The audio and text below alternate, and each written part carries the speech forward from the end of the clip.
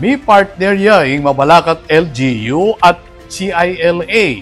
Bang makapamye mas marakala obra karen kabalen. Ay ni report.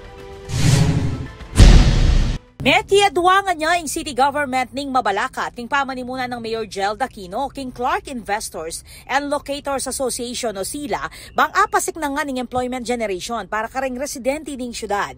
Kinilala ng Mayor Gel Aquino ing SILA bilang lifeline ning economic movement king Clark at pasalamat king asosasyon king pamamye mas marakala oportunidad kareng Mabalakenyo. Inatasan niya ning alkalde ing Public Employment Service Office o PESO na makiadwangan kareng miyembro ning sila bang abalu ren kasalukuyan na job at skills demand na ren kumpanya king kilub ning Clark Freeport Zone. Lalam ning TESDA to Trabaho Program kaya duwangan ning LGU ing TESDA king pamamuklat kareng skills training king TESDA Center king Sapang Biabas bilang parte ning kapag nasa naapa natiling sustainable at inclusive ing ekonomiya ning syudad. Ako po, Patricia Mamangon para King News Force Pampanga. Balitang tutuking Balen, Susuyo.